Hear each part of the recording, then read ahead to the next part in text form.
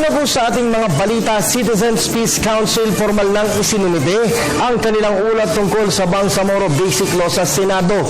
Ipinagpapatuloy din ng Senado ngayong araw ang pagdinig hinggil sa naturang panukala. Ang detalye ng balita, alamin natin mula sa aming kasamang si Jade Miguel, mag-uulat mula sa Senado Live. Yes, Kirby, formal na ngang tinurn over ng Citizens Peace Council ang tungkol sa panukalang Bangsamoro Basic Law. Ang naturang ulat ay isasama sa record ng Senado at magsisilbing guide ito sa mga diskusyon na isasagawa ng mga senador hanggang sa umabot ito sa plenaryo. Ayon sa pag-uusap ni Senador Bongbong Marcos at Senador Franklin Drilon, naghahanda ng Committee on Local Government na magsagawa ng panibagong pagtinig sa BBL sa loob ng 2 linggo. Ang ulat na naglalaman ng 50 pahina ay naglalaman ng mga rekomendasyon ng Council sa 4 na aspekto o clusters. Una ay tatalakayin ng constitutionality, pangalawa ay social justice, pangatlo ay sa ekonomiya at pang-apat ay patungkol sa human security. Naunang talakayin na ipinaliwanag ni dating Chief Justice Hilario Davide Jr.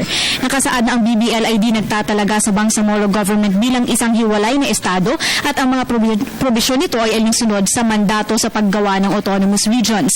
Pangalawa ay sumusunod nila ang Bangsamoro Government sa requirements ng konstitusyon dahil ang ating saligang batas ay nagbibigay permiso sa pagkakaroon ng parliamentary form of government sa local government na siyang layon sa pagsasagawa ng Bangsamoro Government. Pangatlo ay ang pagbibigay umano ng exclusive power sa Bangsamoro Government ay hindi tantamount o kapantay ng superior na Bangsamoro Government at pinahinang central government. Ayon sa Council, para gawing mas malinaw ay dapat na i-define ng exclusive powers bilang devolved powers o kapangyarihan na ibinigay ng Presidente kung saan may general supervision ang ehekutibo. Pang-apat ay mananatili nila ang kapangyarihan ng Korte Suprema at constitutional body sa oras na maitalaga ang Bangsamoro.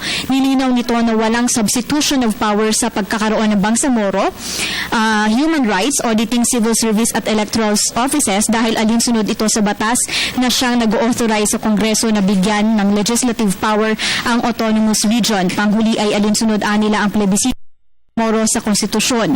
Naniniwala naman ng Peace Council na kailangan ng BBL ng ilang refinements bago ito maipasa. At iyan muna ang pinakahuling kaganapan mula dito sa Senado. Kasama ang Unit 3, ako po si Jade Miguel, nag-uulat para sa Telebisyon ng Bayan.